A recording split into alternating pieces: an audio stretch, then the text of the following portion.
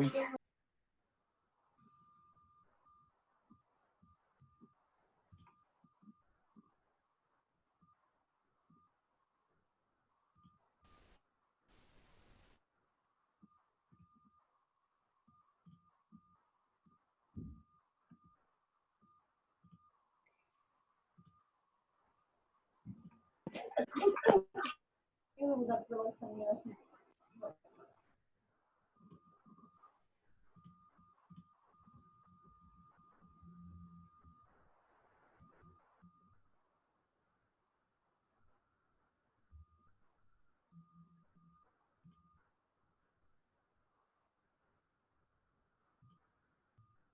Hola chicos, buenas tardes. 2 minutitos y empezamos.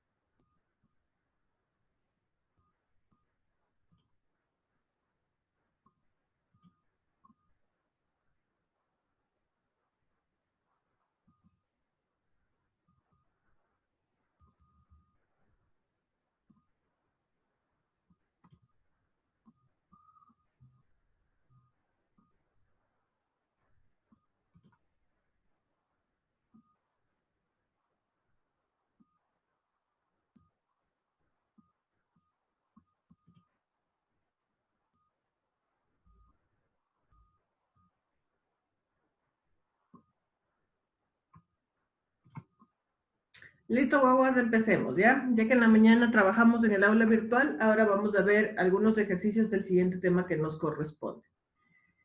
A ver, la primera parte, ya les puse, perdón, la estructura textual y narrativa, ¿ya?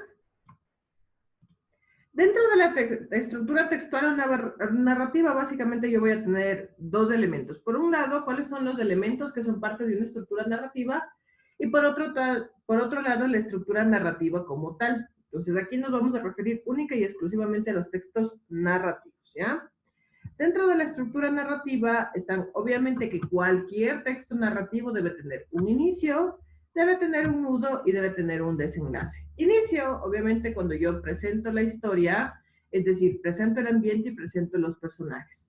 Nudo, cuando se da el conflicto personal de la historia, y conclusión, cuando ya se arregla el conflicto llega a su fin. Ojo, el hecho de que el conflicto llegue al fin no quiere decir que siempre las historias terminan con un final feliz, también pueden terminar con un final triste, ¿ya? Y los elementos de la estructura narrativa son básicamente 5. Están el ambiente, que es el lugar en el cual se desarrolla la historia, los personajes, que obviamente son quienes realizan la historia como tal, quienes desarrollan la historia como tal, ahí yo tengo personajes principales y secundarios. Tenemos también la parte de las acciones, que obviamente las acciones que desarrollan los personajes serán finalmente quienes desarrollan toda la historia como tal. Tengo los diálogos que a veces se dan y a veces no se dan. Hay textos narrativos de los cuales lo que yo hago es que mis personajes dialoguen entre sí y a partir de eso cuento la historia. Y hay otros en los cuales no se genera diálogo, ¿ya? Y finalmente, ya, denme un segundito, señora Alonso. Y finalmente tenemos la parte de el narrador, que dependerá de la persona que cuenta la historia, digamos. Ahí yo puedo tener un narrador personaje cuando es parte de la historia, puedo tener un narrador testigo cuando cuento desde afuera la historia, puedo tener un narrador omnisciente, que es un narrador que es básicamente como un dios, porque no solamente me cuenta la historia desde afuera, sino que también me cuenta lo que los personajes sienten o lo que los personajes piensan. Con base en tanto la estructura como los elementos narrativos, más o menos así van los ejercicios de esto de estructura textual y narrativa. Dice, Con base en el texto, identifiquen la estructura de la narración que está subrayada. Flaco, es una pequeña narración. Me he vuelto a poner a dieta. He conseguido sobrevivir a duras penas a estas navidades y por apenas 1 kilo me he librado de la muerte. No quiero que este año mi peso sea considerado óptimo y acabar como la mayoría de mi familia. Me niego. Sé que no está bien visto ser delgado, pero os aseguro que es lo menos importante cuando se acerca el fin de año y te asalta esa sensación de incertidumbre que te atenaza el pescuezo y te tensa el moco. Sí, soy un pavo flaco, pero también soy un pavo feliz.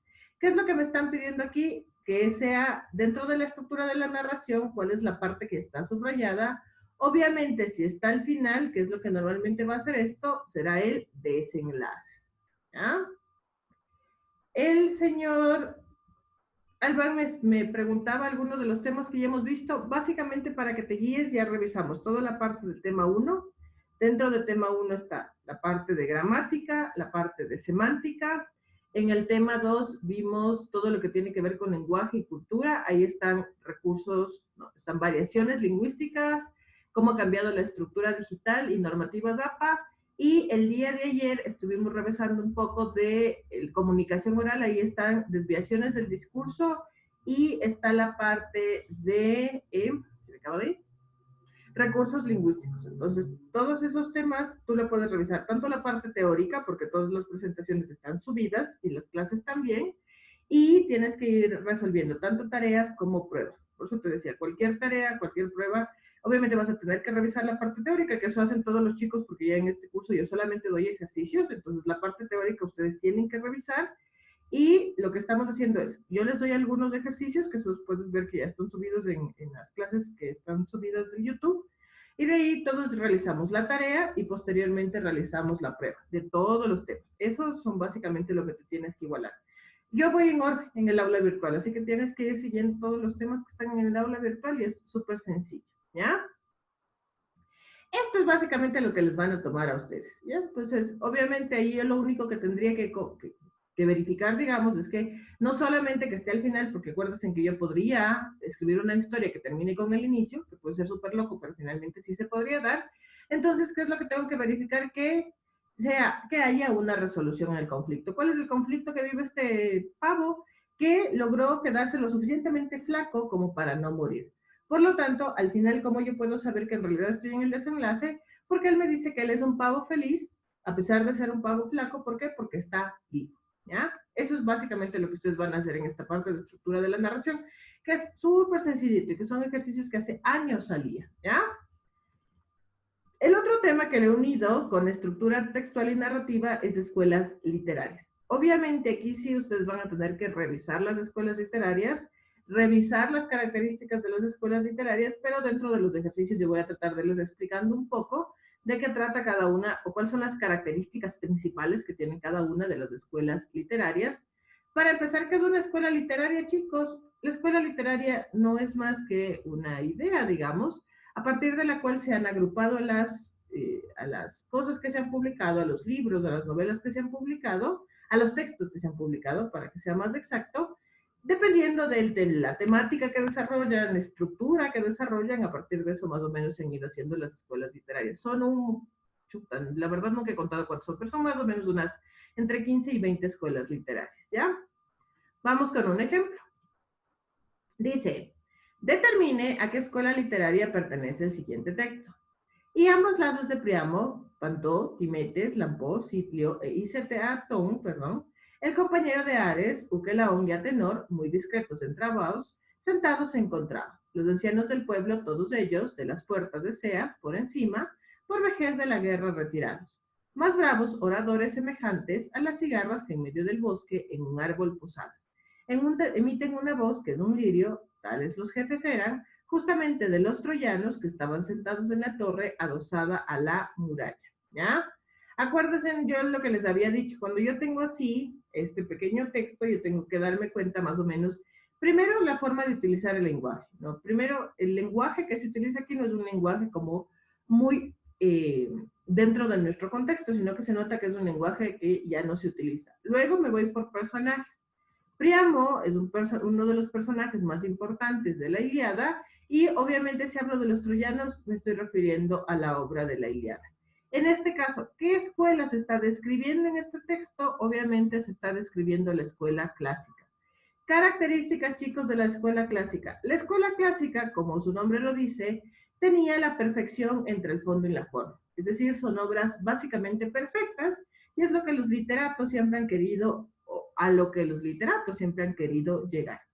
¿Cuáles son obras propias de la escuela clásica? La Ilíada, la Odisea, la Eneida, las tragedias de Sófocles, pare de contar. O sea, son las obras base de la literatura y no van a encontrar ustedes otras escuelas o otras obras que sean parte de la escuela clásica, de las obras perfectas de la literatura. Obviamente, cuando yo tengo una escuela romántica, cuando los autores dieron a conocer más su parte del sentimiento, ¿ya? Para los autores de la escuela romántica era súper importante sobreponer el sentimiento, hacer que el sentimiento sea lo más importante dentro de sus obras. El Cantar del Mío Cid pertenece a la escuela del medioevo, porque ahí precisamente lo que se hacía era contar las historias de los caballeros de la Edad Media. La posmoderna es la escuela que nosotros tenemos actualmente. La escuela posmoderna recién empieza en 1960 y básicamente lo que hace la escuela posmoderna es romper todas las estructuras de la literatura hasta el momento. ¿Cuál es la obra que empieza la escuela posmoderna? Es Rayuela de Julio Cortázar. Porque es una obra que rompe con la estructura porque hasta antes de la escuela posmoderna yo tenía obras que se leían desde el capítulo 1 hasta el capítulo 100 y yo tenía que ir leyendo el 1, el 2, el 3, el 4 de manera ordenada para que la obra tuviera un sentido. ¿Qué es lo que hizo en Rayuela Julio Cortázar? En Rayuela yo puedo leer desde el capítulo 1 hasta el 155 en orden. Existe una tabla que el mismo Julio Cortázar hizo para que yo vaya leyendo la obra saltándome, siguiendo un determinado número de capítulos para entender y me sale otra obra totalmente distinta. Y la última es que ustedes pueden leer los capítulos como ustedes quieran. A mí hoy se me ocurre leer el 3, mañana el 7, pasado mañana el 25 y así sucesivamente. Y la obra va a tener otra significación. Por eso es una obra tan genial. Y los vanguardistas, en cambio, los vanguardistas lo que buscaban era generar originalidad, ya sea en el fondo o en la forma. ¿Qué es en el fondo? La temática o en la estructura como tal, ¿ya? Los vanguardistas, para que ustedes les reconozcan, son súper pesimistas, ¿ya? Son obras en las cuales hay una crítica a la realidad, son también como que se contraponen al destino, porque se dan a principios de 1900, durante la época de guerras, etcétera. Entonces, los vanguardistas suelen tener una visión súper negativa del mundo, ¿ya? Vamos con algunos ejercicios y ahí les voy explicando las otras escuelas que vayan saliendo. Dice, con base en el texto, identifiquen la estructura de la narración que está subrayada. Posó sus labios por última vez en los míos empapados de sangre. Esta era la última vez que nuestras almas se unirían. Se había acabado. T no pudo terminar la frase, se evaporó, era un adiós. ¿Qué parte de la estructura narrativa está subrayada? ¿Y el resto? ¿Ya?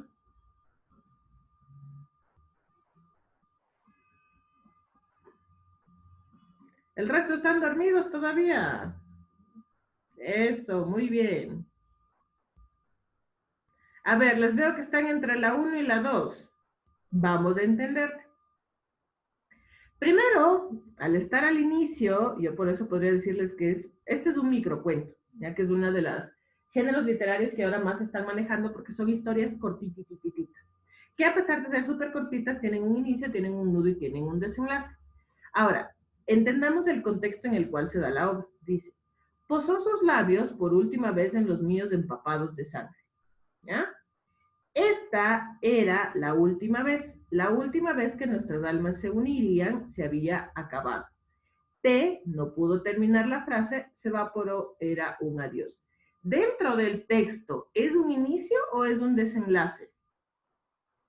En sí toda la obra está hablando ya de como de la parte final, pero dentro del pequeño texto sí se entiende que hay un inicio, hay un nudo y un desenlace. Eso es lo que les están pidiendo. A pesar de que dice que es la última vez que posó los labios en los de ella, ¿no es cierto? ¿Cuál es el final de la obra? Que no pudo terminar la frase y se murió. Es decir, si es el inicio, exactamente. Es el inicio, ¿por qué? Porque me está contando la última vez que se vieron, la última vez que se dieron un beso, yo deduciría, a pesar de que es un microcuento, ¿no es cierto?, que es una persona a la que le acaban de disparar. Exacto, es el inicio del final, por decirlo así. Perfecto, por eso precisamente el microcuento se llama Un adiós. Entonces, si bien es cierto, les dice que es la última vez que posó sus labios, el final de esta historia es que no pudo terminar la frase y se evaporó en un adiós. ¿Ya? Por lo tanto, aquí sí tengo un inicio. Verán que ahí yo lo que tengo que aprender a reconocer es dentro de la historia cuando tengo un inicio, cuando tengo un nudo y cuando tengo un desenlace. ¿Ya?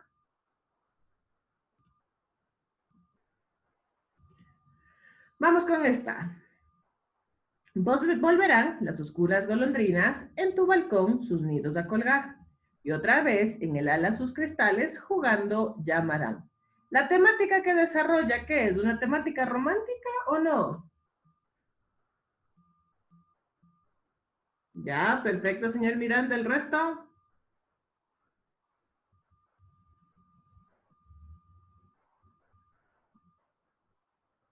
Sí, exactamente, ¿no es cierto? ¿Qué escuela literaria estamos tratando? La escuela romántica, obviamente, ¿no es cierto? ¿De qué habla? El romance no quiere decir solamente que la persona está eternamente enamorada, sino que normalmente se habla de los sentimientos, el amor es el más importante, pero no el amor siempre en la parte bonita, sino también el amor en la parte del desamor, cuando ya el amor no es bonito. Entonces, ¿qué es lo que nos dice este texto? Volverán las oscuras golondrinas en tu balcón sus nidos a colgar y otra vez con el ala sus cristales jugando llamarán. Y lo que continúa de este poema, si alguna vez han leído Gustavo Adolfo Bécquer, que es el mejor representante de la escuela romántica, dice que aquellas que vieron el amor de ellos nunca volverán. Entonces, justo este no me habla del amor de la parte bonita, sino el amor cuando ya se ha terminado, del desamor como tal. Pero igual sigue siendo una escuela romántica, ¿ya? Los vanguardistas son súper pesimistas de la realidad. A excepción del Pablo Neruda, que también es vanguardista, si ustedes leen, por ejemplo, el César Vallejo, si le leen a la Gabriela Mistral, si le leen al Vicente Huidobro, perdón, ellos son autores propios del vanguardismo y ustedes van a ver que las historias que ellos cuentan, primero, buscan reflejar la realidad, porque está directamente relacionada con la escuela realista, y después son una visión súper pesimista de la realidad. O sea, se siente que ellos ya no quieren vivir, que están en contra de la vida, etc. ¿Ya?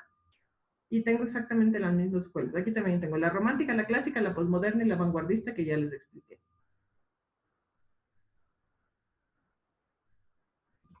Vamos con este ejercicio. Aquí van a elegir los elementos de la estructura narrativa que sí se encuentran. ¿Cómo se llama mi pequeño microcuento? Mi pequeño microcuento se llama El viento y el mar. Y dice, los mantas creían que el viento y el mar eran hermanos. Apostaron para ver cuál de los dos era el más destructivo. El viento volteó las embarcaciones y el mar arrasó con las pequeñas cabañas. Desde entonces, nadie vive en la playa. Yo, ¿tengo un título o no tengo un título? ¿Ya? Y como cualquier estructura narrativa, tengo un inicio, tengo un nudo y tengo un desenlace. Bien extraño que ustedes encuentren en un texto narrativo una opinión. Y si bien es cierto que va a tener un tema, el tema es una cosa que está, por decirlo, implícita. Por lo tanto, aquí dentro de la estructura como tal, yo tengo un título, tengo un inicio, tengo un nudo y tengo un desenlace. Vamos. Aquí me ponen otras escuelas. Con base en el fragmento, identifiquen la escuela literaria a la que pertenece el poema. Este era un rey que tenía un palacio de diamantes, una tienda hecha de días y un rebaño de elefantes, un kiosco de malaquita, un gran manto de tisú, una gentil princesita, tan bonita Margarita, tan bonita como tú. Para determinar el tema de un texto, que eso ya vamos a ver posteriormente, ustedes tienen que hacerle la pregunta de qué trata el texto. Y ahí por eso les decía, todos los textos no necesariamente es parte de los narrativos, por eso no está dentro de la estructura narrativa. todos los textos tienen una temática y la forma de encontrarle la temática es de qué trata el texto. Pero eso es para los textos narrativos, descriptivos, expositivos, argumentativos, etcétera. No es una característica propia de la estructura del narrativo, es parte de cualquier tipo de texto. ¿Ya?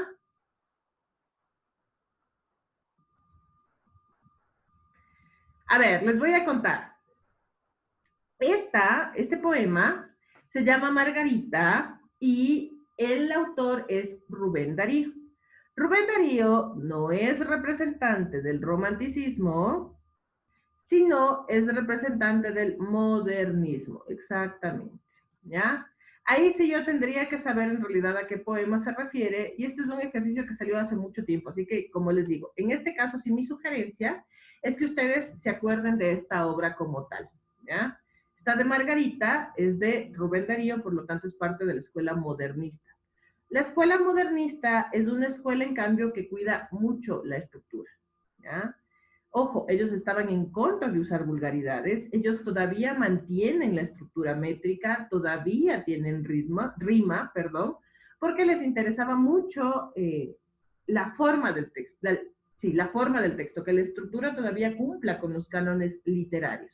Y el barroco, en cambio, como yo le reconozco al barroco, el barroco es una escuela literaria, primero que utiliza un lenguaje medio parecido al clásico, y después que el barroco está extremadamente lleno de figuras literarias, ¿ya? Por eso precisamente se llama barroco. Vamos con este. Relacionen la estructura del texto narrativo con su situación. Dice, la quebrada fue durante muchos siglos la madriguera de los duendes. En ella se confundieron los pálidos espíritus cristianos con las almas rojas de los incas, descendientes legítimos del sol. Diablos y vírgenes, ascetas y emperadores hicieron su palacio de jaspe en el abismo sin fondo de la quebrada. La quebrada, durante la colonia y la vida libre, fue alcoba de corazones transparentes que refinaron las caricias prohibidas. Pero cuando nació el siglo XX, se introdujo en el tejar como un apache la luz eléctrica y asesinó a todos los fantasmas. Cuéntenme, ¿cuál es el ambiente? Ya les expliqué que el ambiente es el lugar en el cual se desarrolla la historia. ¿Cuál sería la acción? Que en este caso la acción sería correspondiente como al nudo de la historia, el conflicto como tal, y cuál fue el resultado.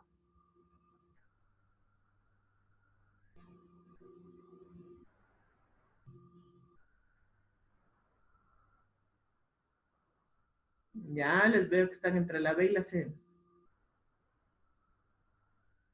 Uh-huh. ¿Cuál es el ambiente? El ambiente es la quebrada. Entonces ahí yo tendría que irme por el 1B, que los espectros de aparecidos vivían en la quebrada. ¿Cuál fue la acción que la luz eléctrica apareció y llegó a la quebrada? ¿Y cuál fue el resultado? Que todos los fantasmas fueron asesinados. Por lo tanto, mi respuesta es la B, ¿ya? Vamos con esta de escuela literaria. Al tramontar el sol, la ninfa mía, de flores despojando el verde llano. Cuántas troncaba la hermosa mano, tanto el blanco pie crecer hacía. Ondeábale el viento que corría, el oro fino con error galano, cual verde hoja de álamo lozano, se mueve al rojo despuntar del día. Mas luego que ciño sus sienes bellas, de los varios despojos de su falda, termino puesto al oro y a la nieve, juraré que lució más su guirnalda por ser de flores, la otra de estrellas, que la ilustra el cielo en luces nueve. ¿Ya? Exactamente. Aquí tengo un ejemplo de un poema que pertenece a la escuela barroca. Como ustedes ven, hasta el lenguaje estos poemas de la escuela barroca hasta son difíciles de leer por el uso del lenguaje, la verdad. Creo que esa es una de las formas de las que mejor he logrado encontrarles a las barrocas.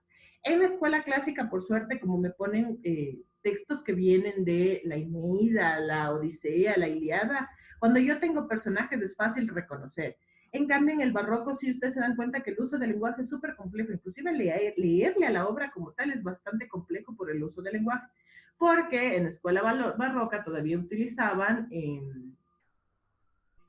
un español hasta veces un poco arcaico, la verdad, ¿ya? Dice, hay tardes en las que uno desearía embarcarse y partir sin rumbo cierto. y silenciosamente de algún puerto irse alejando mientras muere el día, emprender una larga travesía y perderse después en un desierto y misterioso mar no descubierto por ningún navegante todavía, aunque uno sepa que hasta los remotos confines de los piélagos ignotos le seguirá el cortejo de sus penas y que al desvanecerse el espejismo, desde las glaucas ondas de abismo le tentarán las últimas sirenas. Con base en este texto, les piden a ustedes que reconozcan cuáles son las características de la escuela modernista. Esta es la primera parte del ejercicio, aquí va la segunda parte. Se habla de un refinamiento narcisista y aristocrático, hay una valoración de lo nacional y popular, hay el uso de citas griegas o romanas o es un rechazo a la realidad cotidiana. Les voy a contar un poco más acerca de la escuela modernista. La escuela modernista es una escuela que nació a partir de América Latina, porque Rubén Darío, que es su máximo representante, es un poeta nicaragüense. Es la única escuela, bueno, es la primera escuela, porque la siguiente fue el posmodernismo, es la primera escuela literaria que nació en América Latina y a partir de América Latina se prolongó hacia todo el resto del mundo, ¿ya? Entonces, ellos en realidad lo que hacían era una crítica hacia lo aristocrático. Buscaban más bien, como suele ser en América Latina, hacer una valoración de lo nacional y popular. Obviamente, como ustedes pudieron ver en el fragmento, no hay el uso de citas griegas o romanas, sino en esto se parece mucho al vanguardismo, hay un rechazo a la realidad cotidiana. Obviamente, ¿qué es lo que me está diciendo la historia? La historia me está diciendo que quiere embarcarse y olvidarse del mundo. Ahí habría que pensar metafóricamente que es ese embarcarse, ¿no? Dejar de percibir, encerrarse en uno mismo, escaparse un momento del mundo, más o menos por ahí va el poema que acabamos de leer. Entonces, ¿cuál es la respuesta? La respuesta correcta es la D. Aquí sí podría decir que hay un poco del refinamiento, es que no es el refinamiento narcisista, sino más bien lo que hace es un poema un poco narcisista que piensa en sí mismo, pero esta característica de lo aristocrático era justo lo que los modernistas solían atacar. Ellos más bien lo que buscaban era hablar acerca de lo nacional, de lo popular. Eso es propio de América Latina. La mayoría de producciones de América Latina buscan eso, hablar de lo nacional, de lo propio, de lo popular y sobreexaltar lo que ocurre en la realidad, en lo común y corriente de América Latina. ¿Ya? Listo, ahí están todos los ejercicios. La verdad es que ya últimamente estos ejercicios casi no los han tomado, pero sí es importante hablar un poco acerca de escuelas literarias porque sí se solía tomar en el ENES. Ya últimamente no he visto que les tomen, pero igual sí me interesa revisar con ustedes. ¿Qué es narcisista? Narcisista viene del mito de Narciso, que es el amor por uno mismo. Es decir, los narcisistas son personas que solo piensan en sí mismos y en nadie más, ¿ya? Entonces, refinamiento narcisista era básicamente tratar de sobreexaltar la figura del yo, que se daba obviamente en el ámbito aristocrático, por supuesto, porque los reyes siempre han solido sobreexaltar esa figura del yo. Listo, chicos. La verdad no tengo muchos ejercicios porque ya, como les digo, ya casi no se han tomado sus ejercicios, son tomados de cuando se tomaba la prueba del INEVAL, pero sí es importante irles revisando también dentro de los temas que estamos viendo, ¿ya? Así que el día de mañana, como tenía pocos ejercicios, también por eso le planifiqué para esto ahorita que tenemos de media hora, seguiremos revisando la parte del aula virtual. Así que por favor tendrán el aula virtual abierta para hacer los ejercicios que corresponden a estructura narrativa y estructura textual y los ejercicios de escuelas literarias. Eso es todo conmigo, chicos. Nos vemos el día de mañana. Ya más tardecito pueden ya revisar. Ya les mandé el link de las clases que están subidas a través del YouTube. Solo con el link ustedes pueden acceder a las clases y más tardecito ya tendrán ustedes las clases subidas del día de hoy. Chao, chicos. Nos vemos mañana.